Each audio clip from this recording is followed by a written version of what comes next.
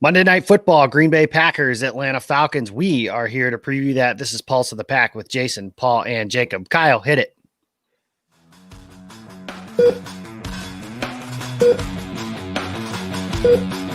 This is Pulse of the Pack. There's Bledsoe. Down he goes. And there's Reggie White. And that's that hump move. Reggie's coming again. That's Reggie White. Reggie White's going to take over this game right now. Begins the count.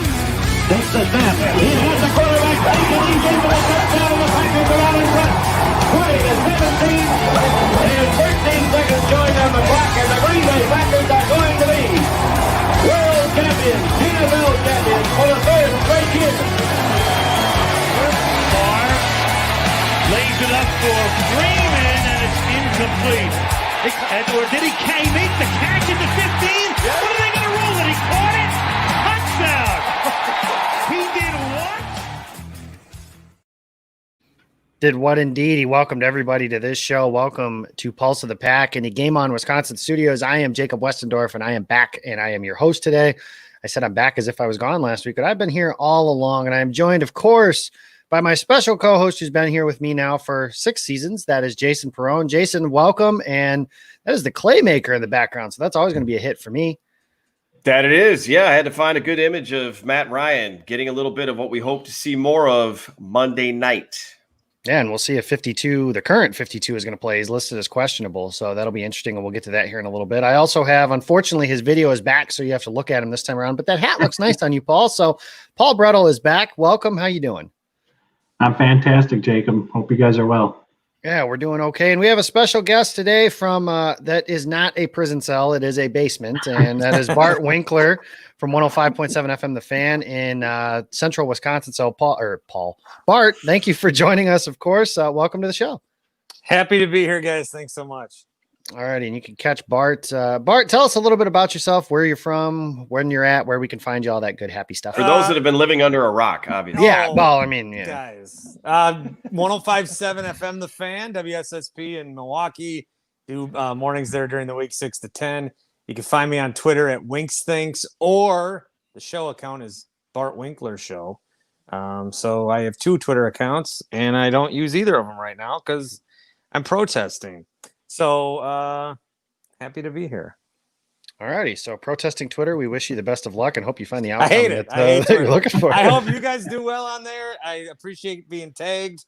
I was going to retweet this, and I thought, I'm sorry, I'm protesting. All right. Hey, that's fair enough. I respect your wishes and your concerns. You have that right, as is your right as a man and American. So welcome, guys. We are talking Packers and Falcons this week. And Bart, before we get into that too far, obviously the 3 of us idiots have been here every week, and you've been talking about the team every week so far. But what are your thoughts so far on this team compared to maybe what your thoughts were going into the season? Obviously, the running joke amongst the fan base is they were the worst 13-3 team ever. So yeah, I have gone along the way of making the joke every time they win a game now that the Packers are the worst 1-0, 2-0, 3-0 team.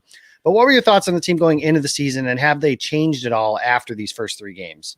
Yeah, I'm impressed, man. I'm impressed a lot with Matt LaFleur right now. And over the offseason, I've been very anti this draft. I did not like much, if any of it.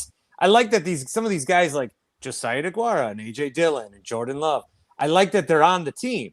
I don't like the process in which they were selected. I don't like how Matt LaFleur and Brian Gutekunst are like trying to make this go perfect, where Rodgers declines at just the right time that Love's ready to take over.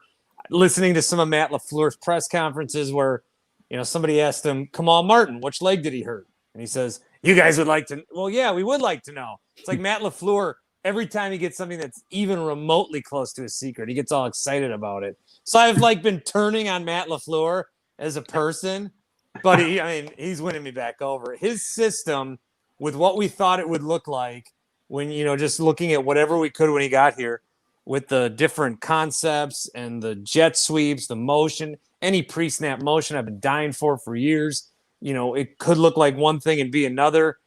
It took a year with Rodgers. I think we can all see that. But now they just seem to have blended it perfectly. And all these high-powered offenses that we dream about being, the Rams and the Chiefs, and that's the Packers right now. So I think, outside of the run defense, sure, and, you would like them to to not give up as many points as maybe they have been. But I think the NFL this year, you've got to have an offense that can put up 35, and then your defense is just going to need to be able to make a stop or two or a turnover or two, and the Packers certainly have that. So are they, ahead of the Chiefs? I still think they're the cream of the crop, but the Seahawks, the Packers, the Rams, they're right in there, man. So I've been very, very impressed with nearly everything they've done. Yeah, very similar to maybe 2011 when they had the lockout. The Packers win the Super Bowl. There's the lockout right after that. And then we come back for the entire NFL season, and the offenses around the league come out like a bat out of hell.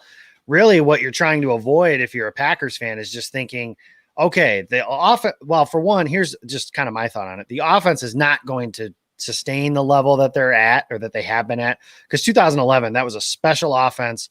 Obviously, we have the posters and everything from the Sports Illustrated.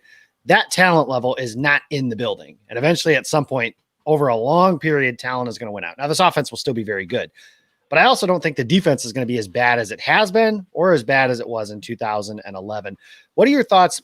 I've said for maybe, 6 months now, it feels like that. I think overall, if you take the two sides and separate them, there is more talent on the defensive side of the ball overall than there is on the offensive side of the ball. And I know that's strange to say, because if you name the Packers' best players, four of the first names that maybe the first four names that come out of your mouth are Aaron Rodgers, Aaron Jones, Devontae Adams, David Bakhtiari. That's four offensive players. But overall, I think there's more talent on the defensive side of the ball, and they just haven't lived up to that yet. What are your thoughts on that? Well, I first had like a eureka moment about how good this team could be. I bought Madden. Okay. I bring up Madden a lot on the show, and I think that it is a great tool if you're going to do a football analysis job. I think too many people rip on Madden, but I want to advocate for it. But I'm playing the Packers, and I'm going through their roster, like, who am I going to keep? Whatever, like you always do. The four guys you just mentioned on offense, and then my defense is Kenny Clark and Zadarius, Preston. I love Rashawn Gary. You've got the great secondary, Jair Alexander. I mean, we know the guys. So it's like this team is so good. They've got such top talent, but are they good 1 to 53? And I think that's where they've got to kind of figure that out. I think the offensive line depth, we've been worried about that forever. They've played well. Rodgers getting the ball out quicker, so that's good. And then defensively, after Kenny Clark, there are guys that need to step on the defensive line. The first game of the season, honestly, when Chris Barnes was leading in tackles, the night before the Packers put that out that they had promoted him from the injured or the practice squad, somehow I missed him. And so I looked at ESPN at halftime to see the stats. He's leading. I thought ESPN.com screwed up or something. So there's still guys that the Packers are relying on that the average person doesn't know. And even someone who gets paid to know who Chris Barnes is doesn't know who Chris Barnes is. So they still have those kind of guys, and that's going to be tested now with Kirksey out for a couple of weeks at least, and the problems they're having on offensive line, and then if Kenny Clark is able to come back Monday or not. So but for a foundation, man, you look at the talent on this team, you take top 10 on this team and top 10 on any other team, they stack up pretty well. So those guys have to just play at their level, and then there are going to be other guys that have to step up. But I agree with you with what you're saying. Yeah, and you look at the health. You hope that they stay healthy, and if these guys all step up and become what they're supposed to be, then this team actually can be better than it is right now. They've been playing really well as it is. So, Bart, I'll admit, living in Phoenix, I don't always hear everything that happens on the show every day. I know that's unacceptable. I should be keeping up with it, especially since everything's on a podcast these days. But I was going to leave. Yeah. Okay. No, yeah, you're out. Right. But our fans. Okay, so our suck fans up to me. Right, I know. Well, hey, your hair looks great, right? It's still there, so we're good, right? I can say that because mine is graying, and I'm surprised Jacob was so kind in his intro. Usually he throws something in there. Graying, it is gray. It's gray. Right. So, but okay. As on the whole, okay, we're a year into the Matt LaFleur era. Are the fans coming around? I mean, we're just talking about the calls you take on the show. Are fans coming around on Matt LaFleur's Packers, or even though they're 3-0, is it still like? Yeah, they're 3-0, and are you still dealing with that? And is that part of the reason why you're protesting Twitter by chance? Also, I wanted to learn a little bit more about that. No, that is political. Okay. I'm sort of being censored, and I took it back in my hands. As far as the Packers, I think that most of the people are, if there's anyone that's taking blame for anything, it is Mike Pettin, because they're giving up points and the run defense hasn't improved. I think everybody's pretty happy with the offense right now. I think some of the worst 13-3 stuff, when you look back at last season, because there were so many games that they won where the team was without one of their best players. Mhm. That's happening, though, this year, too. No Daniil Hunter week 1, Galladay week 2, Thomas week 3. I don't know what their receiving core is going to look like week 4. And I think their defense, Atlanta's, is a little banged up. But I think it's the way that they're, every time you have a Packer fan call in and give a prediction, I don't think this is just my show. I think this is everybody. Every Packer fan. Start of the season, what are they going to predict? Doesn't matter. They'll say 10-6, maybe 11-5. Right. Win the division, make the playoffs. Doesn't matter. 10-6 for sure. Right. Maybe 11-5. And then you do game predictions, and it's always, let's see, Packers 30, it's always 35-27. And that's kind of happening. So they are scoring 30, 40 points. And so there's nothing to complain about there. And the games, the first 2 games, they, gave up some points to Minnesota, and that game was back and forth. But first 2 games, man, they were over pretty much at halftime.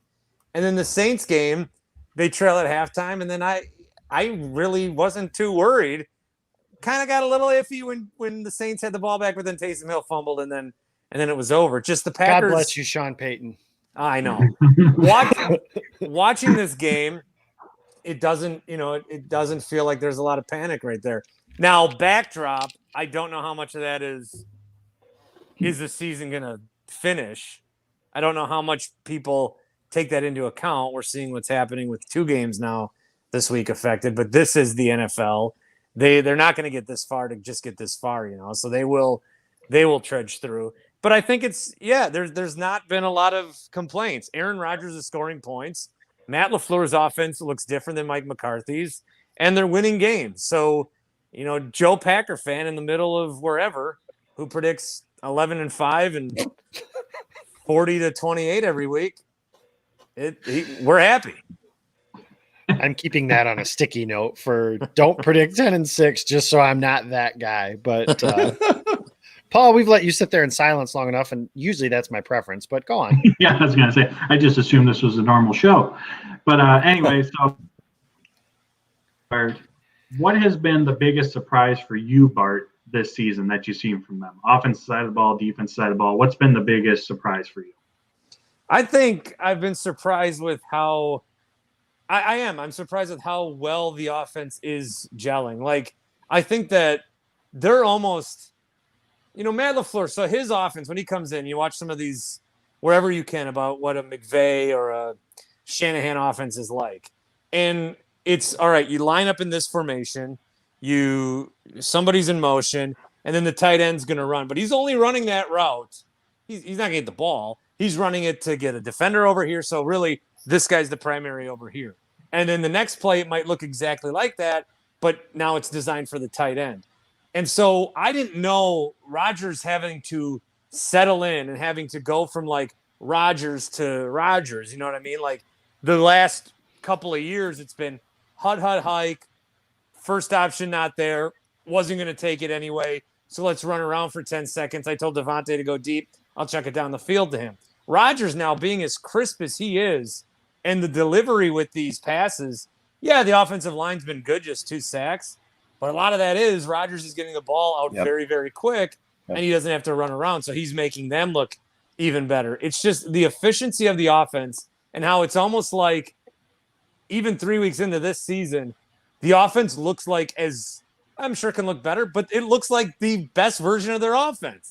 It looks like everything they want when they plan in the room on Friday and Saturday. That's what it's looking like on Sunday right now. So that's been very surprising and impressive to me that they're actually doing that. I think that one guy that I've really been high on, and I think he's played well on the defensive side of the ball, is Rashawn Gary. I think the world of him. And so I've been impressed with him as well. Maybe Zadarius and Preston aren't making the impact I thought they would at this point, but some other guys have stepped up, Jair, Rashawn, and then Kenny Clark when he's back has been good too. So I think that, you know, to be able to talk about this team in this fashion where a lot is good and the surprises, like what's surprising us about this team is how good something else is. I think that bodes very well right now. This is something, Bart, you've been doing this for a while, obviously. Is this job more, I don't know if I want to call it enjoyable, but is it more interesting, or maybe that's not the right word either, but obviously 2018 wasn't that long ago and the Packers sucked. And that was the last time that the Packers played the Falcons. And I remember being in the building that day, and it was like a brand new energy because that was the week after Mike McCarthy had been fired. But the team's record was in the toilet. There was a lot of uncertainty for how that roster as a whole was going to look afterwards. There was a new general manager. It really felt like a team in transition. And a lot of us, myself included, really wondered, would the Packers ever even get back to a level of some sort of prominence, that 10-6, win the division, get to the playoffs thing? What I'm asking, is your job more interesting? Is it easier to talk about? Because I know I live in the Chicago area, and a lot of people around here say it's easier to talk about the Bears when the Bears suck. Is it easier to talk about the Packers when it's that way, or is it easier now when everybody's in a good mood, everybody's happy because the team is awesome again? Interesting is normally the word. It's easier when they're interesting. Like the Bears are 3-0. They're not good, but they are interesting. And so there is a lot to talk about with them. I think the dream season, as someone doing my job in sports radio, the dream season was 2010 because they were good, they were bad, they were good, they were disappointing. I was not in radio at the time, at least sports radio. And I remember they had lost, was it overtime games to the Dolphins and Redskins or something? They lost back-to-back overtime weeks games to Washington and Miami, yep. So they went 4-4 at that point. And I lived with two other buddies in an apartment. And what we did was we took everything that we owned Packers and we threw it in the corner of our room because we were so disgusted by the team. It was our Packer pile. And we let it sit there for the remainder of the year. We didn't want to think about it. You know, so as you're going through the season, then they start to win more games. There was the day that then Rodgers was hurt against New England. And then the Eagles and Giants played that game and then helped the Packers get in. That's the dream season where they're good and they're doing well, but there's so many twists and turns along the way. A season like when McCarthy got fired, when they sucked, nobody's enjoying that. Nobody likes that. Nobody likes to talk about that. Nobody, wants to wake up and listen to it. Right now, it's very good. I mean, football is king in any sports media. And right now, the numbers show it. It's very easy. And you don't have to look. You just know. You come in on a Monday after they win. Well, I mean, I think about myself. Outside of sports radio, outside of my show, I don't listen to a ton of it. The day I listen to it the most is when the Packers win. I want to know it. Everyone's saying, even if they just like read a box score and say the Packers are good, they scored it. You want to hear it because it's great when your team is good. You want to hear about that. So the best case scenario is interesting and winning. The worst case is just purely suck. Dominant is like if they were winning these games 45-10, that's not great for the job. But there's been some intrigue and there's some injuries. And, I think the first week we did joke about it off air because the first week they beat Minnesota and, this team looks good. And so there wasn't a lot to complain about. Even the defense I was fine with. It was a back and forth game. And so on air I said, there's not a lot to complain about. I'm going to bring up the draft again. I hated that draft.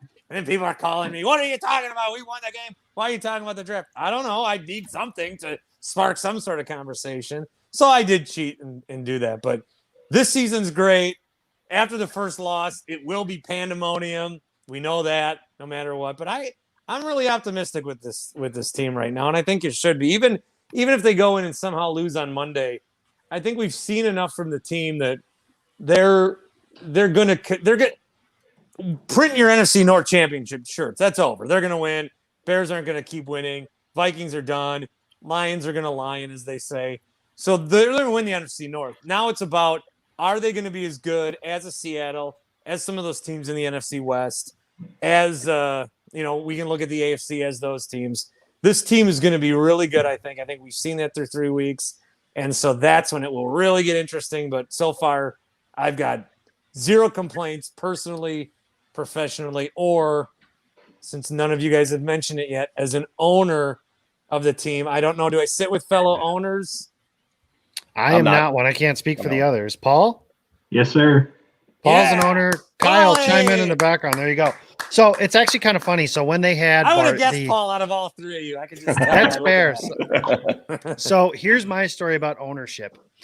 2010, I was 19, and I was in college and I was broke, and they won the Super Bowl, and that's when they did the stock sale again. Yeah. And I begged because I didn't have any money. I mean, those things are not cheap. I begged my parents for $250. I am what I call a first generation Packers fan. I'm the first one in my family. Nobody else in my family cared about the Packers until me. My dad doesn't get it. He thinks it's a stupid piece of paper.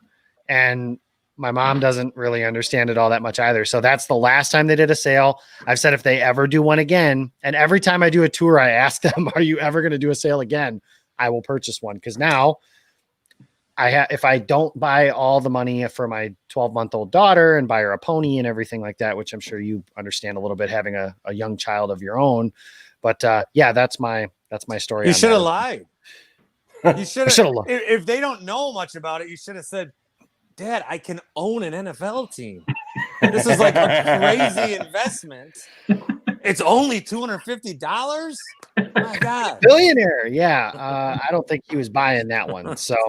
And you're sitting front and center, of course, when Mark Murphy's at the microphone asking all the tough questions. So you get that privilege when you have that stock, right? As we know. I have been to a shareholders meeting. I had somebody give me tickets to that one year, and it was the last year that Ted Thompson was the general manager. And I just remember walking out of there thinking, man, he sounds and looks rough. Yeah. But let's transition to the game, guys, because we've only got Bart for a few more minutes. So, Bart, you've mentioned a few times a little bit here or there on how you feel. Allen Lazard's not going to play. Yeah. Devontae Adams is up in the air. What are your thoughts on how this offense might be able to tick a little bit against Atlanta if, let's say, Adams doesn't play, and it is MVS and Malik Taylor and Darius Shepard, and obviously they have their backfield that they have and their tight ends. But if those are their top three receivers, can this offense still hum?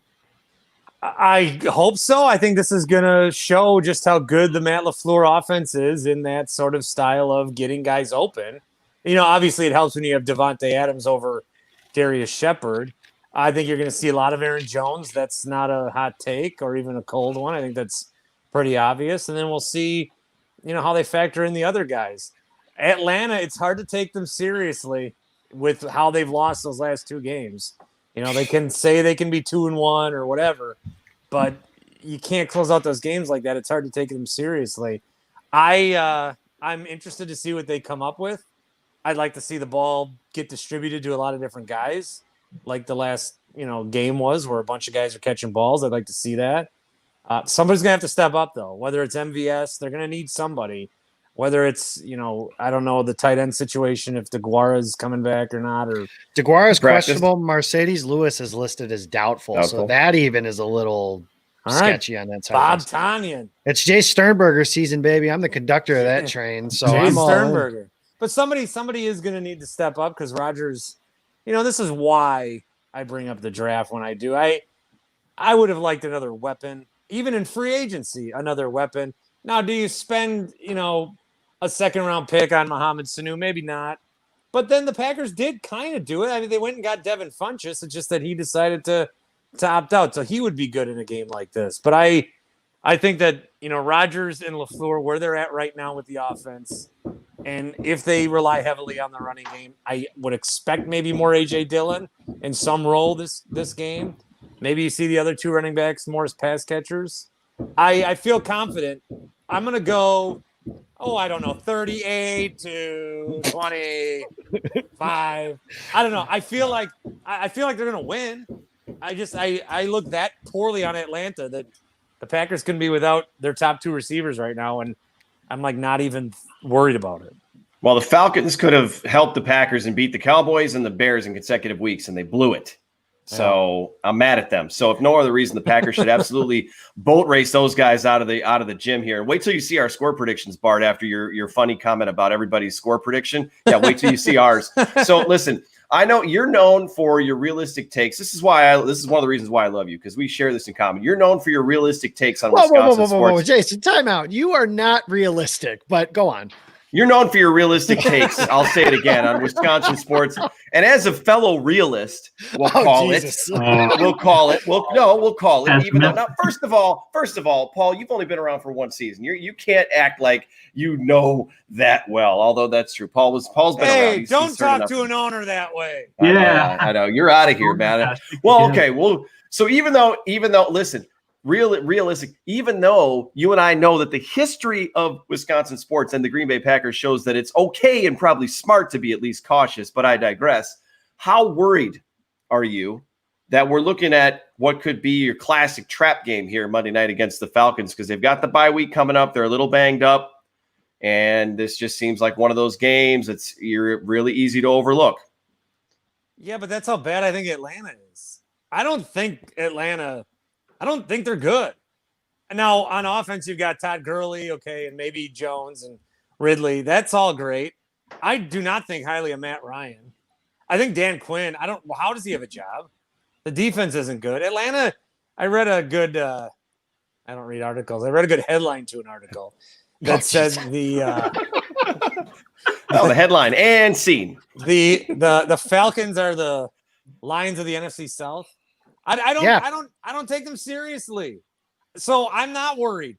And even if the Packers lose, the division sucks. So I don't want to be like, it's not like with the Bucs where the regular season didn't matter. All that mattered was the playoffs. And then classic Wisconsin, we know what happened there. It's not like it's that much of a cruise control mission for the Packers, but if they lose this game, I think they're going to be fine. We can say injuries. We can say, I don't know. I don't have any like pressing feelings of agony. I don't know. Maybe if they get beat by like 20 and Rodgers looks bad again, right now, I am confident. I don't know. Well, that's why we're glad Dan Quinn is the head coach. I don't think a 20-point victory is in the cards for the Falcons this season. No, they could be up by 20. You're right, but they won't win by.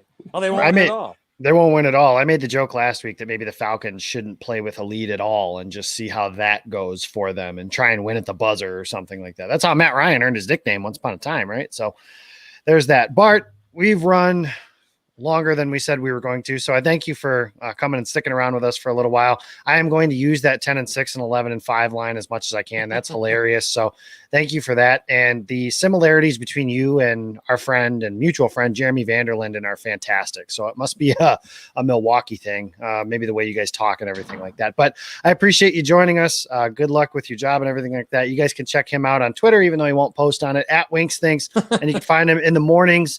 So Tuesday morning after the Packers get to 4-0, he will be on 105.7 FM The Fan. And you guys stream that and everything. So there's really no excuse not to listen to it. So on Monday mornings after you're done listening to our stuff here, check him out and everything like that. And we'll be good to go from there. But Bart, thanks for joining us. We'll have to do this again after the Packers get their 14th world title. I don't know if it's the way the hat is with the headphones, but Jason, you look like an Ask the Booth referee. How long have you been holding on to that one? No, I was just staring at him looking. And now let's go to Jason Jason, was that an incomplete catch? After reviewing the play. The last thing anybody wants in game is any of my thoughts. Appreciate no it, argument here. Bart, take care. Thanks, Bart. Thank you. All right, that is Bart Winkler of 105.7 FM The Fan. We thank him for stopping by with us. And now, unfortunately, you have to deal with us three morons. So I apologize for that. We have a few questions in the chat, guys. So before we get rolling too much, I do want to get to these. I have Eric Williams from Facebook, if I can get it up, asking LeVar Ball. LeVar Odom. LeVar Odom, none of the above. Lazard seems to be a key piece of this offense. How's that injury going to affect the offense? And that is kind of the big story that came out of the Saints game, because it frankly kind of came out of left field. It was not something that we really heard about after the game. He was in the game all the way through. At least to my knowledge, I didn't notice that he wasn't in the game at the end. You have now Devontae Adams right before that said that he wasn't going to play unless he was 100%. And then you have Lazard out for 4 to 8 weeks. I mean, I'm not going to put a timeline on it, because I remember when Rodgers broke his collarbone the first time, they put out a timeline of like 3 to 6 weeks, and there was so much vitriol toward him when he wasn't back in that time frame. Because if you guys remember, it took longer than that the first time around. And like I said, there was so much just garbage thrown his direction for that. So I don't want to put a timeline on it. My thought on that is, the thing that you're going to miss with Lazard is obviously he was a big third down receiver. Paul, you've done about a million different things on that for Dairyland and your 25 other places that you work for these days. So I'll let you get to some of that stuff. But the stuff that he does in the run game, I think, is a big deal. And you notice he is one of those guys, he does all the little things. And I know Matt LaFleur says that all the time. You guys probably roll your eyes and say, oh, that's coach speak. Well, yes, but it's factual and it does help the offense. And if you guys want an example of what happens when you don't do the little things, watch the 4th and 1 play last week when Aaron Jones gets stuffed. Allen Lazard, and I'm not trying to pick on him, I'm just saying Lazard misses his block, and that allows Malcolm Jenkins and Marshawn Lattimore to stuff Aaron Jones in the backfield. If Lazard makes that block, Aaron Jones has a 6-yard gain, and we're not even talking about a Taysom Hill fumble. However, playing the long game, it was much funnier that way. So I kind of appreciate it in that way too. So nonetheless, how is that going to affect the offense? It's opportunities for MBS. It's opportunities for Darius Shepard. It's an opportunity for Equinemius St. Brown if he can come back after the bye week. That remains to be seen. Malik Taylor, the tight ends, the running backs. Paul, another thing that you've said to me that's kind of stuck in my head as far as kind of comparing it to how Craig Counsell talks about Brewers pitchers, they're out-getters. Doesn't matter if they're starters or relievers. The Packers have pass catchers, whether they're tight ends, wide receivers, running backs, whatever. And they've done that this year for the most part. I mean, I'll look a little bit later, but I don't think Rodgers is, other than, the Vikings game, I guess they had the 14 catches to Devontae, but that's one of those keep going to the well, man. But the last 2 games, they've spread the ball around. They've done really well, and they did really well on Sunday night. And I think that's going to be a big part of their plan Sunday, even if Adams does play. But overall, Paul, what sucks, I think, the most about this is just that Lazard really, that was his breakout game. And we talked about some of the games he had last year, but none of them were like this. And this was really his, I'm here, I'm being covered by Marshawn Lattimore and Janoris Jenkins all night long, and I'm drawing some wide receiver 1 type coverages, and I am kicking your ass. And he did.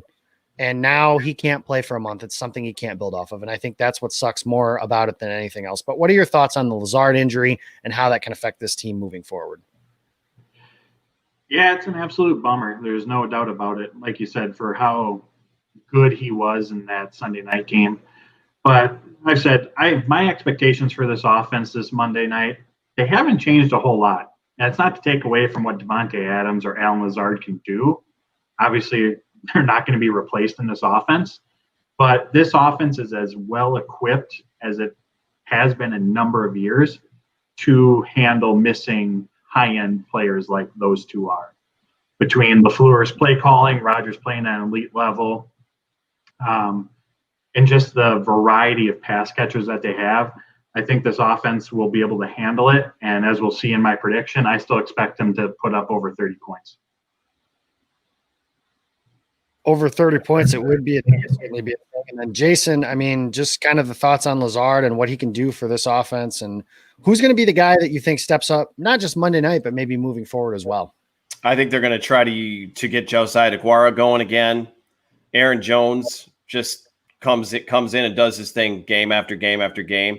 And Tyler Ervin, what a nice find the Packers found in him and his ability to kind of dual role it. And it's going to be by committee. If Jay Sternberger ends up being that guy, like you said, Jake, that's great. I'd love to see that too. I'm also part of it's time for him to break out fan club. But they've got a lot of options is the point. Lazard, it's a bummer. He's a huge part of the offense. But when he's ready to come back, he's already shown that he can step in and play and play against top competition, and he's ready to go no matter what. So they'll be without him for a while, but at least the Packers have something to draw back on and say, hey, look, we've succeeded without X, Y, and Z player before, and they can do it again, and I think they'll be fine. The bye comes at a nice time, so at least that's 1 week that all these guys get to recover, and we don't have to worry about them not being on the field. Yeah, 1 week, and then they gear up for Tampa Bay, and I can tell you right now that this show right before the Packers play Tampa Bay is going to be lit because Rodgers versus Brady, it's a bit of a grudge match. And I'm not a believer in QB wins, but damn it if I don't want it to be where Aaron Rodgers has a winning record against Tom Brady. And right now it's 1-1 So it might be the last time those two guys play against each other, unless, of course, Brady moving to the NFC now means they could meet up in the playoffs. The Packers have had some chances, obviously, to meet Brady in the Super Bowl and didn't hold up their end of the bargain, so they weren't able to do that. If you are looking for some more things too for Wisconsin, not just Packers, but the entire Wisconsin sports group too, something you guys can check out in addition to Game On Wisconsin is Wisconsin Sports Heroics, wisportsheroics.com. I mentioned Nathan Marzion, and Nate, I got your name right today, and I wanted to make a point of that today, but he's got those post-game videos, Victory Monday videos. Those are a lot of fun, but Bucks, Brewers, Badgers, Packers, Badgers basketball season's approaching. The Packers season obviously is in full swing, and then the Brewers season sadly just ended. The Bucks season was, well, it was what it was. If it makes you guys feel better, because I'm not a Bucks fan, I don't think they would have beaten the Lakers anyways, but we'll never know. So that's beside the point. But yeah, be sure to check them out. They are friends of ours, so we would thank them for letting us kind of partner with them on some stuff. But let's get back to the game, guys. Something else that we've got going on here is obviously some of the injuries and stuff like that. So Devontae Adams, Kenny Clark, Rashawn Gary, they are all listed as questionable. And that's among Mercedes Lewis is doubtful. So that was one that kind of snuck up on me. Producer Kyle, being the best producer in the business that he is. Well, I take that back. Sorry, Kyle. Nick Schmitz, I've known him longer. He's the best producer in the business, but you're like a 1A if that works. So anyways, Lewis is doubtful. That's a little surprising. DeGuara is questionable. Jair Alexander is questionable. Those are guys that I think, well, DeGuara, I don't know. Alexander, I think will play. Adams, I think, is trending towards playing, but I'm not, I mean, I don't know. It's, you know, it's one of those things that LaFleur, something that Bart mentioned, and it's a small thing. And honestly, it's not really a reason for me, a fan, to not like Matt LaFleur, but something I don't like about Matt LaFleur is how he treats injuries like they're Fort Knox. So that's a bit of a annoyance, I guess. But so we're just not going to know is the reality of this situation. But what are your guys' thoughts on the injury situation moving forward? Can this Packers team function? And let's just start with Devontae Adams first, because I know I mentioned that with Bart, but I want to talk about that now. Jason, can this offense roll? If 17 not being available is one thing, but now we literally are talking. If you take MBS away, the receiving core of Darius Shepard, Malik Taylor have one catch, career. And the last time, and this doesn't matter to me, and I'll get to that in a minute, but the last time Darius Shepard was on Monday Night Football, it didn't go so good. Yeah, that was bad. I think Devontae is going to push to play. He was a full participant in practice on Friday. He's moving in the right direction. If he doesn't play, the Packers obviously are confident they can get the job done without him or Lazard on the field. And again, this offense isn't so reliant on their receivers anymore, like offenses of the past, where this would have been a huge topic of conversation back in the days where you're talking about being without Jordy and Greg Jennings in the same game, or, you know, a combination like that. But they've got other options.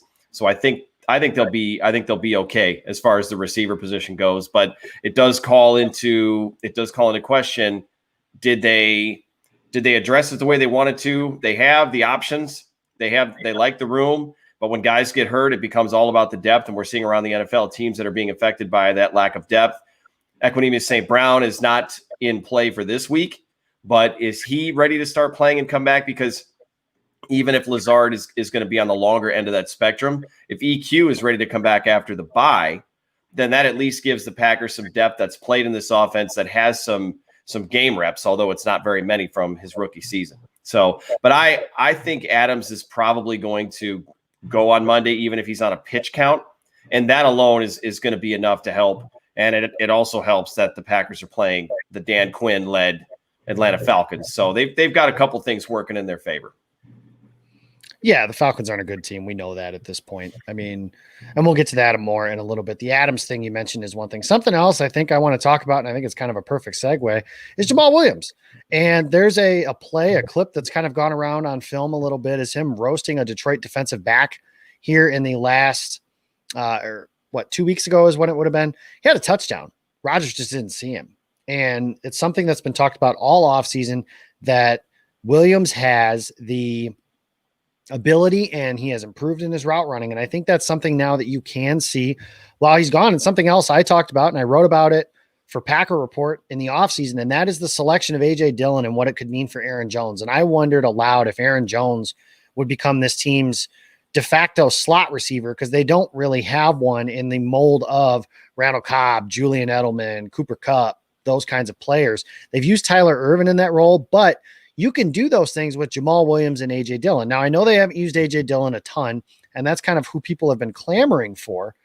Then that's a thought onto how the Packers could potentially use those guys for moving forward. But I do wonder if that's something you could see more of, is if Jones is kind of playing in that role without Adams, or even with Adams, and then getting some more carries for guys like Jamal Williams and A.J. Dillon. And shout out to Jimmy Christensen. Yes, this is the worst show on Game On Wisconsin, but that doesn't mean this is a bad show. What that does mean is our shows like Lombardi's Bar and Happy Hour and the Freezer podcast and Friday Night Lights and all those are just so good that they go past our levels. So that's a great thing that we are the worst show on Game On Wisconsin. So despite the fact that Jimmy and Todd are both on the same show, to be honest. Yeah, I don't know who allowed that, but that was a really bad idea. But one of the other shows we have, guys, and you could see it on the bottom line, is the Jamal Williams show. And that is every Tuesday night. Jimmy Christensen and myself are hosting a show with Jamal Williams, and Jamal and Jimmy and myself were working towards it's called the J Swag Daddy Swag Bag Giveaway. And what that is a charity, a children's toy drive and bicycle drive for underprivileged children. The link on the bottom is to donate. We have the best fan base in the world. I firmly believe that. I always say that's something. I don't get defensive about a lot of things when it comes to the Packers, but I get very defensive about who has the best fan base in the world. And I firmly believe that is the Packers. And I think this is another way that we can show this. And I think that what we want to do, we have a goal that we're trending towards getting to, but what we want to do is hand Jamal just this huge fat check at the end of the season and say, here it is for the underprivileged children in all areas all around the world. So if you could follow that link at the bottom and donate, a $10 entry enters you in a chance to win a lot of different prizes, up to and including a signed Jamal Williams jersey. And I have that right next to me over here. It's actually over there, so I can't go get it.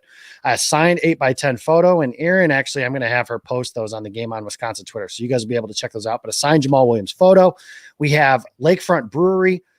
We are raffling off cases of beer. You must be 21 to enter that, and you have to give a proof of photo ID if we choose you. So we'll redo the raffle if you can't do that, but you have to do that. And Johnsonville recently sponsored the show and gave us not 1, but 2 years supply of Johnsonville sausages. So $10 is all it takes to enter.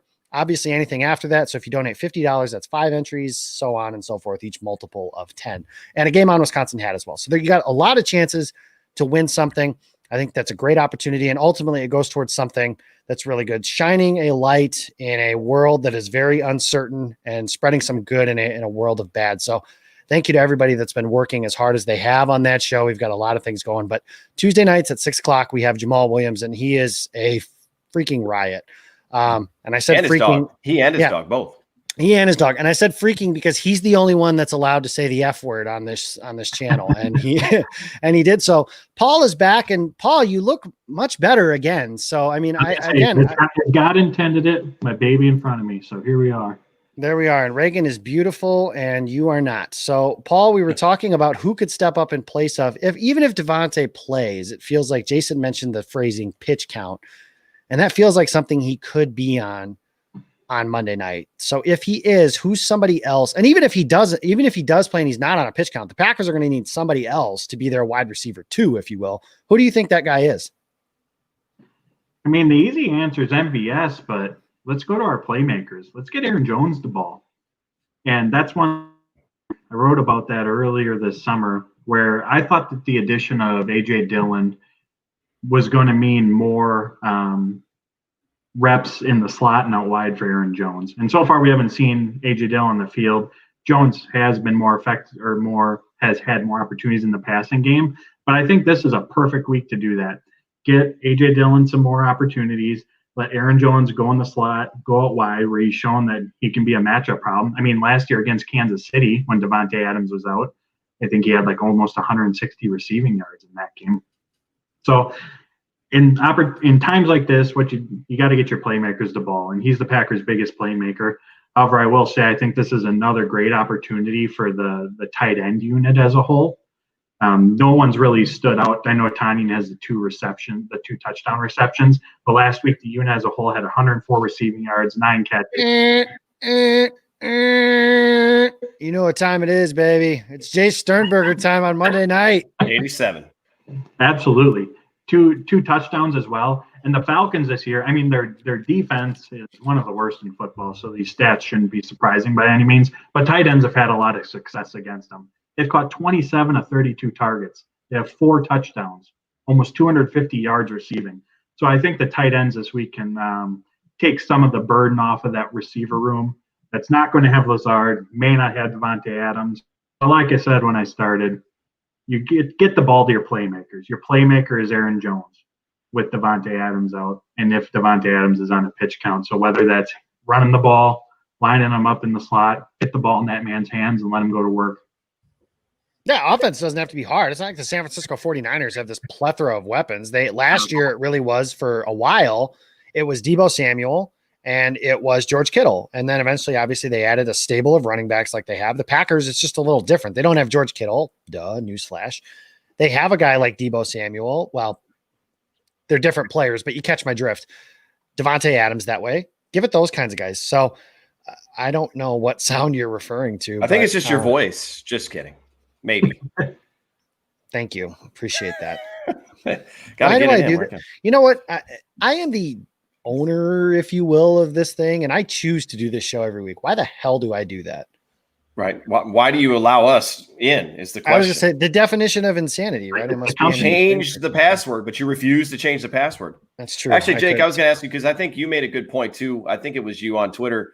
Everyone, the AJ Dillon clamoring, and here's a comment here from one of our listeners too. Speculation. I don't think AJ Dillon is ready to play, judging by Roger's answer when talked about Dillon's progress. Jake, I think you during the game also, when everybody said, where's AJ Dillon? I think you reminded everybody of how many snaps he has played so far this year. And you want him to take some critical carries away from your playmakers. Paul just talked about Aaron Jones. Remind everybody, Jake, how many snaps does AJ Dillon have so far?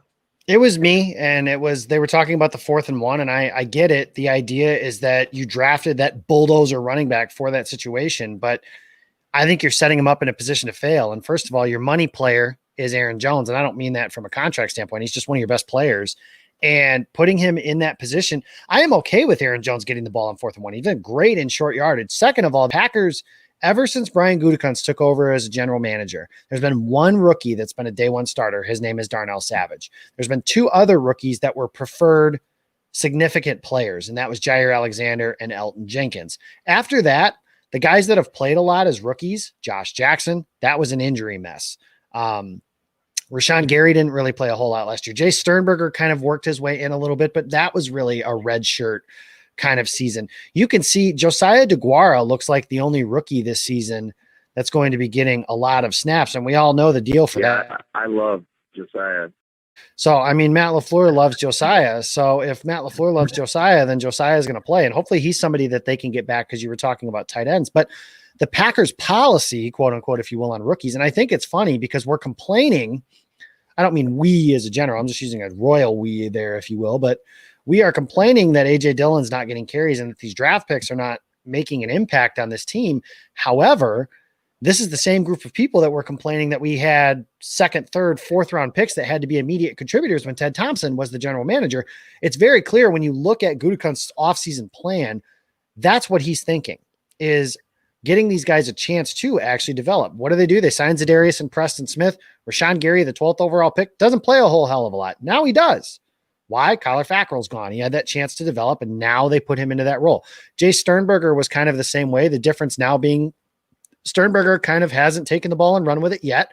Give it a few minutes. I'll tell you that he's going to on Monday night, but just give me a few minutes on that, obviously. But running back, I know it's a smaller learning curve, but it still is a learning curve, and it's a hard position to learn, and the NFL is a hard place to play.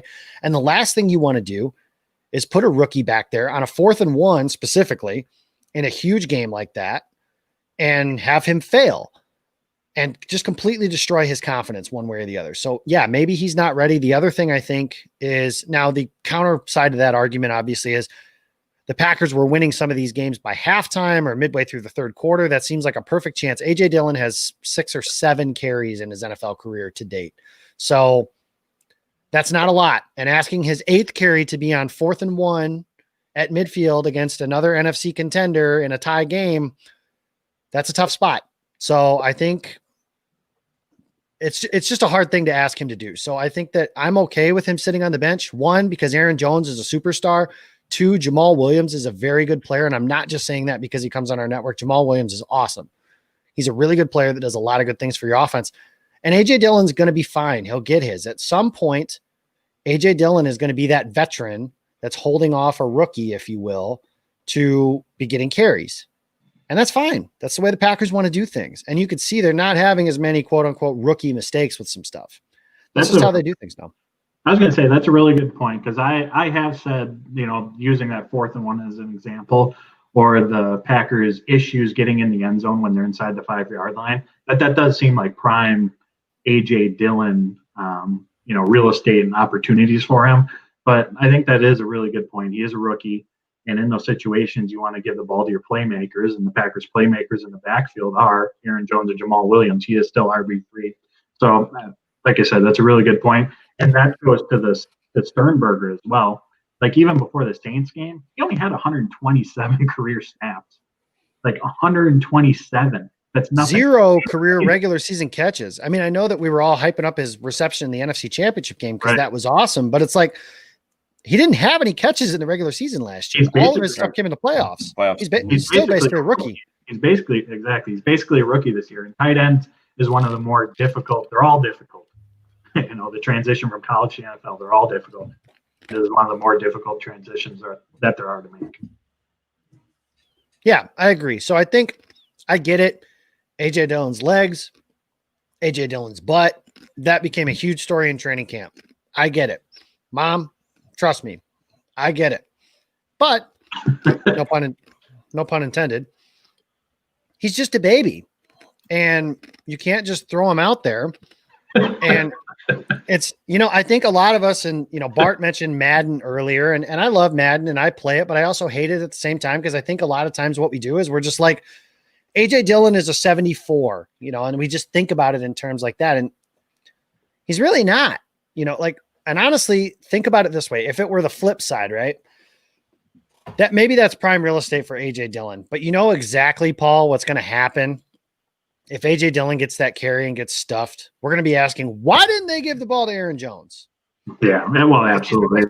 So again, this is kind of what I was talking about yesterday in one of my tweet threads is sometimes people just aren't happy unless they have something to complain about. And I think that's what this boils down to at the end of the day. So guys, let's talk about a little bit here. We mentioned the wide receiver depth without Lazard a little bit. I just want to get a few things out of the way. No, the Packers are not signing Antonio Brown and they shouldn't. No, the Packers are not trading for Odell Beckham and they shouldn't. Please stop suggesting stupid things like that. That's all. Anything you guys want to add on that real quick? 100% agree. Okay. Very simple. Let's talk about the defense because the Falcons defense sucks and we know that. And they're going to be missing some of their guys, Keanu Neal being one of them. The Packers offense is going to have a field day, I think. The Packers defense is going to struggle. And I tweeted this last week during the Bears game because the Falcons were moving up and down the field against the Chicago Bears. And I mentioned this before the season started when we did our season preview show. If you took the best individual units, team offense, team defense, team special teams, for all 4 of the teams in the NFC North, the best individual unit is the Chicago Bears defense. And I still believe that. The Falcons were able to put up points against this Bears defense. This is not a newsflash. The Packers defense is not as good as the Bears defense. The Falcons are going to put up points, and that's going to be okay. So say that with me now, everybody. That's going to be okay. Kenny Clark spoke with the media today. That is encouraging to me just because I don't think they would put an injured player in Zoom that's not going to play on Monday night. They tend not to do things like that. Right. Just kind of my thought on that. His return, I think, is huge for the pass rush because a lot of people are talking, and this is something else I want to get to actually because it kind of all ties together, is the Oren Burks playing at outside linebacker thing. So I said I wanted numbers because I wanted to know if it was a wrinkle or if it was something they were doing more often. Because last year, Preston Smith dropped into coverage a fair amount. 15% is the number I found. And it was Brandon Carwile, actually, who found all these numbers and that I am citing on this. So he said last year, according to Pro Football Focus, the Packers had 15% of snaps Preston Smith dropped into coverage. That is up to 25% in 2020. Now, there's reasons for that. The Packers have him, Za'Darius, and Rashawn Gary on the field all at the same time. You can't rush 5 on every play, first of all. Second of all, if you're going to drop somebody into coverage, Preston's the one most apt to do it. So the playing of Oren Burks at the edge position, my thought is he's kind of taking that Kyler Fackrell role. And Fackrell was the linebacker last year that was dropping into coverage quite a bit and allowing Preston to do those kinds of things. So if Burks is on the field as an edge defender, I think that's kind of what their hope is that he can do some of that Kyler Fackrell type stuff. So we can get that 25% number. Preston Smith joked he was a lockdown cornerback, but if you can get that number from 25% back into that 15% range and allow him to rush the passer. And I think Kenny Clark's return is something else that's going to be a nice little cure for some of what quote unquote ills this Packers defense, because honestly, Zadarius Smith has had a splash play in each of the games. Otherwise, he's been kind of quiet. Preston Smith has been very quiet. Rashawn Gary's had a few things. We'll see if he plays. He's questionable. He went from limited to did not participate today, so that's a little worrisome as far as practice goes. But we'll see on Monday night, obviously. What are your guys' thoughts on Kenny Clark coming back and the idea of Preston Smith maybe rushing the passer more and some of the remedies they're trying to find on that? Paul, let's kick to you here. Well, Kenny Clark coming back is going to be huge. We were all excited to see Kingsley Keke have his, making air quotes right now, breakout game. It was his best game of his career so far. He had 2 sacks and the forced fumble. And there was also this nice play where they ran a screen to Kamara to the right side. He read it right away, kept Kamara from getting outside, made him cut back into the middle. They made the tackle after a few yards. So he had an excellent game, but there's no replacing Kenny Clark. And so him coming back is going to be huge in that regard. And I think Preston Smith being able to rush the passer more is obviously going to be good. I ran the numbers earlier this week. Last year, his pressure rate, when he was in coverage 15% of the time, his pressure rate was over 13%. This year right now, his coverage rate's around 25%, as you said, but his pressure rate is just over 4%. So he's not being nearly as productive as he was. And we know that having those added extra responsibilities are going to take something out of a player. So if they think that Oren Burks being able to play that coverage role from the outside linebacker give him more opportunities, I'm 100% all for that. Because, Mike Smith, the outside linebackers coach this week, said that they're just not getting pressure like they did. And they're not. We're not seeing, even though the teams that they've been facing are in, especially in the second half, because they're trailing, are in obvious passing situations, we're just not seeing the same pressure that we once were. Now, with that said, I have my doubts about Oren Burks' effectiveness in that role. Do I think he can handle the coverage? I think he can be solid there, but it's telegraphing what they're going to do, because I do not want Oren Burks setting the edge. I do not want him out there trying to help in the run game. At the inside linebacker position, that's what kept him off the field. Once he's engaged with a blocker, he's taken out of the play. So I'm not sure how that part of all of this is going to work. But if there's a way that they can get Preston Smith going after the quarterback more often, I'm all for it. Yeah, I think that's the biggest part is, Preston Smith is not winning his one-on-ones. And I think that's why some of that stuff is becoming more noticeable, is that, we were just saying, oh, we're seeing it more, but there was no teeth behind that. So credit to Brandon for finding that number and spitting it out there. And that, yeah, he is dropping into coverage more, but there's reasons for that. It's not like Mike Pettine's not doing that for no reason.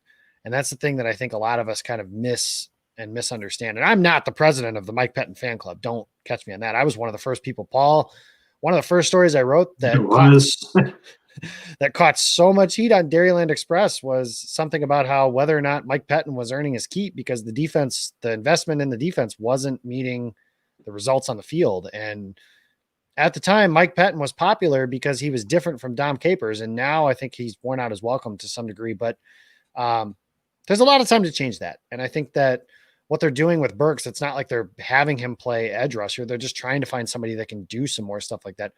I don't think he's going to be lining up and setting the edge like that a whole bunch, but that remains to be seen. I do know that they need 4 guys to do that.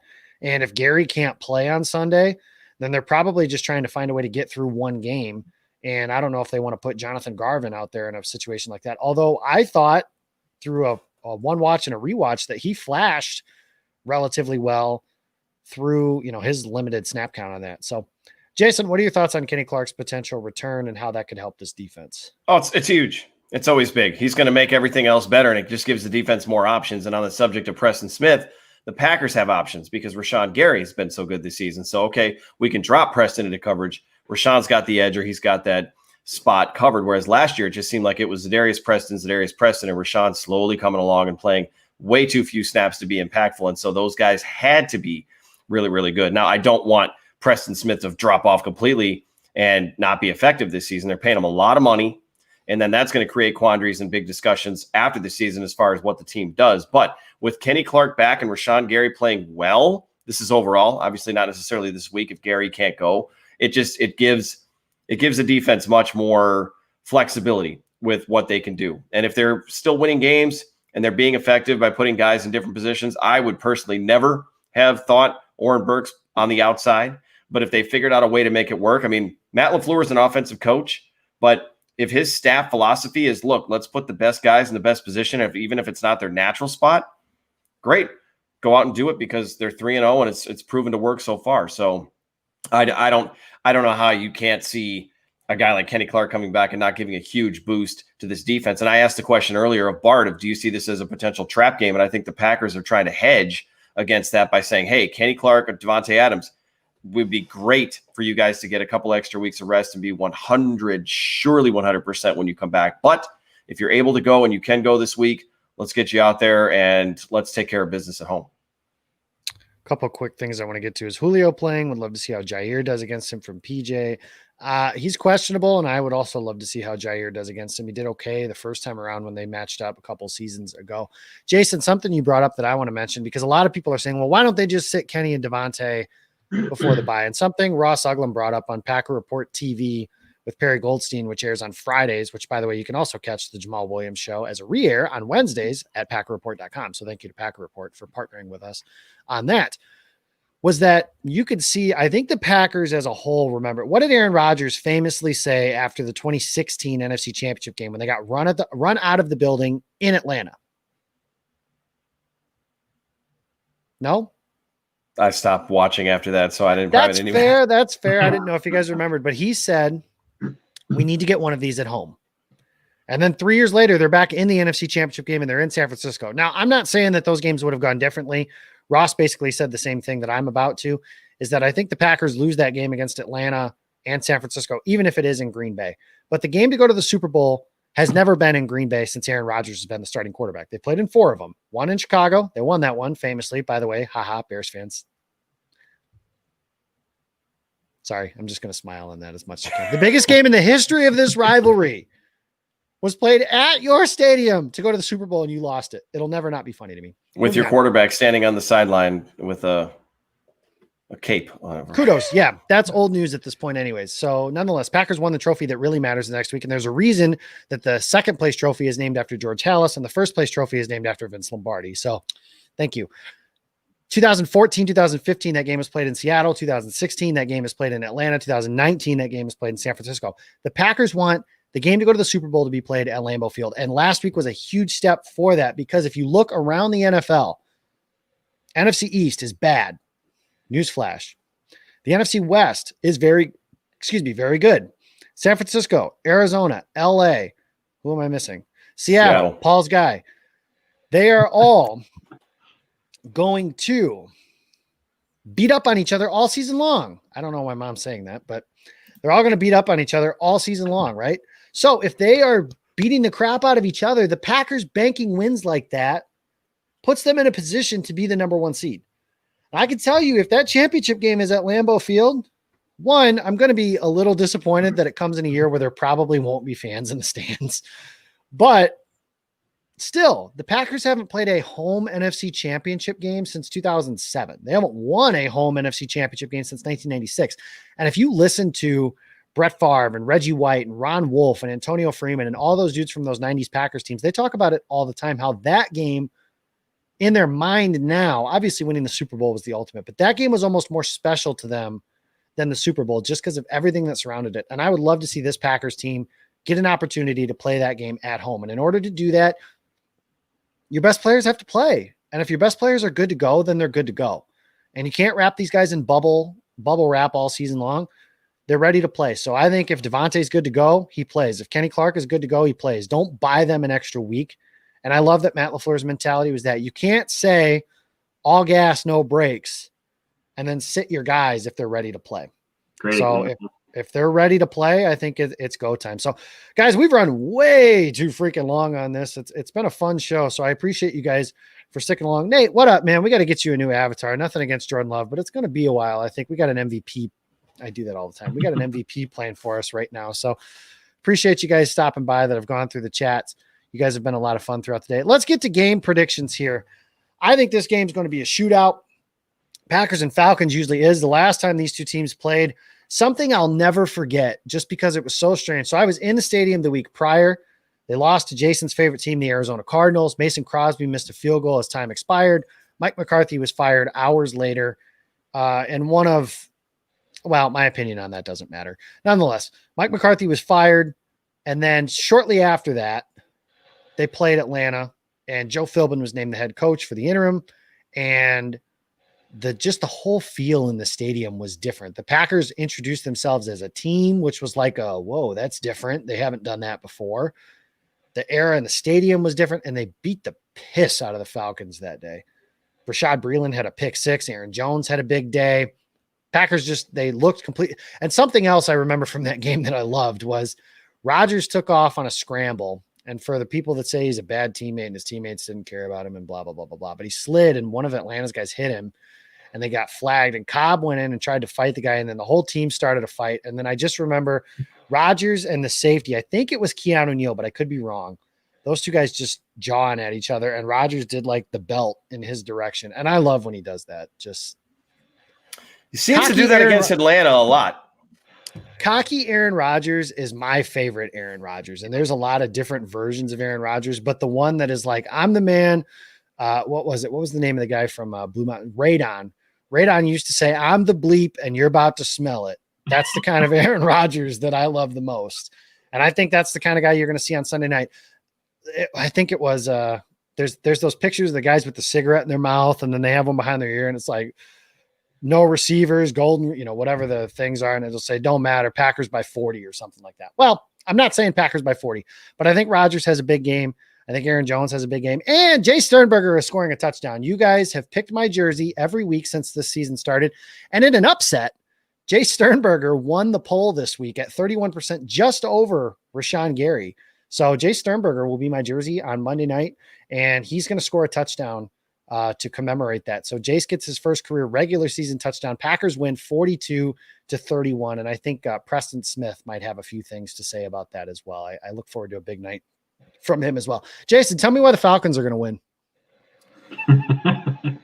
The Falcons are going to win. Well, you're the realist. This might not be the kosher thing to say right now, but the only reason why the Falcons win is if COVID overtakes the Packers locker room. It ain't happening. It absolutely is not happening. In fact, I don't want to disappoint Bart, so I've got the Packers winning this thing 34-25. I think my score might be a little bit low. I was actually going to have the Packers scoring less than 30 because, again, that whole playing down to the level of the opponent, but that was a past regime. I think we all have to get into a new headspace and realize that this offense is going to do what it's going to do no matter what. And if Devontae Adams does play, even if he's playing on limited snaps, that they have no safeties. They've got no safeties left out there. They've got no secondary. So frankly, the three of us could line up out there and Aaron Rodgers could make us all look great. So Packers 34-25. They're 4-0 going into the bye. I don't know if I'm going to go that far, Jason. As I said on Twitter, and this tweet has done well, and I'm very thankful that you guys appreciated it as much as I did, because it's one of those jokes that I laughed at because I laugh at my own jokes. But I said I would donate one of my own core muscles to Allen Lazard, but I don't have any, so I can't do that. Paul, who's going to win and why? I got the Packers winning 34-24. Like Jason, I think my Packers score might be on the bit of the low side, but without knowing Devontae's status, 34 points. They're going up, even without Devontae potentially, and obviously no Allen Lazard. They're going up against a defense that gives up the second most yards per game, the first most points. They give up 36 points per game, the Falcons do, and they're the second worst defense by DVOA. This offense, as I said, is as well equipped as it has been in years to handle not having their top players.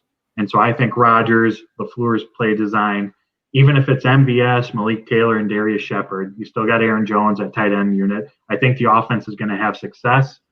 Defensively, there's going to be big plays given up. They have Calvin Ridley, Julio Jones. They're both questionable. I guess we'll see if they'll play or not. But I still expect there to be some big plays given up. But as they've done, even with the ups and downs that the defense has had this year, every game there's been either a crucial stop on downs. They still come up with those big series, in the second half of the game. So I expect that to be the differentiator. Both teams are going to flash on offense a bit, but the Packers, they're just a better team, even without Lazard and Adams. Packers 34, Falcons 24. Yeah, and you guys mentioned possible trap game or anything like that. I can't think of a time where under Matt LaFleur, granted, we're talking 19 regular season games where they've played down to the competition or lost a game that was a trap game, quote unquote. If you want to include the Chargers game last year, I suppose you could do that. But otherwise, I think they've played – last year's team was just kind of a strange team all the way around. And, Paul, I like that you mentioned that the defense has made some big plays when they needed to. I remember very vividly thinking after the Aaron Jones stuff on fourth down was, okay, those are their money guys that just made a stop, Malcolm Jenkins and Marshawn Lattimore. Now our money guys have to make a play. And future Hall of Famer, better than Lamar Jackson, Taysom Hill was stripped by Zadarius Smith, and Packers money guy made a play. And I think that that's what will happen on Monday night as well, whether that's Jair Alexander or Adrian Amos making a couple plays or Darnell Savage or somebody like that. But I think the Packers are, again, if it's a game that comes down to, like, if you're thinking about if it's a game that comes down to who turns the ball over, the Packers don't turn the ball over. Aaron Rodgers does not turn the ball over. And I know that that's become like a running joke over the last couple of years, that that's a bad thing, but they just don't. They don't turn the ball over. Rodgers doesn't put the ball in harm's way. So I look forward to seeing that. The Falcons cornerbacks, Darqueze Dennard is on injured reserve. AJ Terrell is their other starter, and he's on the reserve COVID-19 list. He tested positive last week before the Bears game. He's not going to be active this week. The Falcons just are running out of dudes. They don't have Keanu Neal's not playing. Like, I just can't picture, and this is part of what kind of like scares me when I start thinking irrationally, I guess, but that's part of what scares me when this Monday night game hits. But I have a feeling that by the second half, I'm going to be really comfortable for the Packers game and wondering if Garrett Cole and the Yankees can shut down the Tampa Bay Rays enough and score enough runs off Blake Snell. That's just kind of how I'm thinking Monday night might be able to go. But we are way over and we are out of time. Producer Kyle, did you end up putting a pick in there? Oh, he did. Good for him. 35-28. He said before the show, one team's going to win and one team's going to lose. What a dick. Nonetheless. Thank you. That's usually how that works, unless it's the Eagles and the Bengals, I guess, who have, oddly enough, the Eagles and the Bengals have tied twice. Yeah. That's so strange to me in the last, 15 years or something like that. I can't remember when they played, but I remember. It's easy to remember that because the last time, that was it. It was the McNabb, I don't know the rules game. Well, yeah. I remember that very vividly too. It was him saying he didn't know a game could end in a tie. But guys, we're out of time. I've talked way too much. You're tired of hearing my voice at this point. If you weren't tired of hearing it an hour ago, then quite frankly, what the hell is wrong with you? But thanks for checking us out. You can follow us on Twitter at GameOnWI. We have all kinds of stuff there. The website, GameOnWI.com. Find us on YouTube, Instagram, Facebook, Game On Wisconsin. Find us all over the place on the internet, really. You can Google us and find us. That's pretty cool. Find us Tuesday nights, the Jamal Williams Show, the Jay Swag Daddy Swag Bag giveaway. Kyle, throw that little thing up on the bottom line there. That's our line to donate right there. That's the GoFundMe page. It is a toy and bicycle drive for underprivileged children. And of course, you get to spend some time with Jamal Williams on Tuesday night for 45 minutes or however long he decides to start talking. He's just hilarious. And Jimmy and my job is kind of just to let that man's beautiful mind come out. And it's been hilarious to kind of go through some stuff, but it's been a lot of fun. Check those things out. But this is the best fan base in the world. I really do think we have a great opportunity to shine some light in a time that's been a year, quite frankly, that has just been terrible. And this is a chance for us to make some good out of that. So trying to make positives out of a negative here, guys. Packers play the Falcons. That'll be Monday Night Football. Tomorrow, we do have at 10 a.m. our Game on Fantasy show. Gage and Tyler will still be here to answer your fantasy questions because fantasy football doesn't stop. And I'm sure you guys have some questions. Patriots and the Chiefs are not playing tomorrow. They may not play this week. And of course, the what's the other game? The Titans and the Steelers are not playing. That game got postponed. So do you have Derrick Henry? I do. Who are you playing instead of him? I don't know. I'm going to ask those guys tomorrow morning. So be sure to check that out. And then Monday night, we do not have the preview show this week because we have two lovely ladies to preview the show for you guys. And why would we displace them for anything? Maggie Loney and Perry Goldstein are going to lead you guys right up to kickoff of the Packers and Falcons in a special version of Happy Hour on Monday night. After that show and Tuesday morning, of course, we have the post route with Alex Strofe. And then Tuesday morning, we will have the Brother to Brother podcast. That's me and my brother, Adam. We will recap that game for you guys. And Jason will be with you guys for the Quick Slants podcast on Wednesday. That's a mouthful. That's a lot of stuff. We got a lot going on. Game on WI on Twitter. If you really want to find everything, gameonwi.com. Thank you guys for listening. This was Pulse of the Pack. We look forward to seeing you next week, and go Pack, go.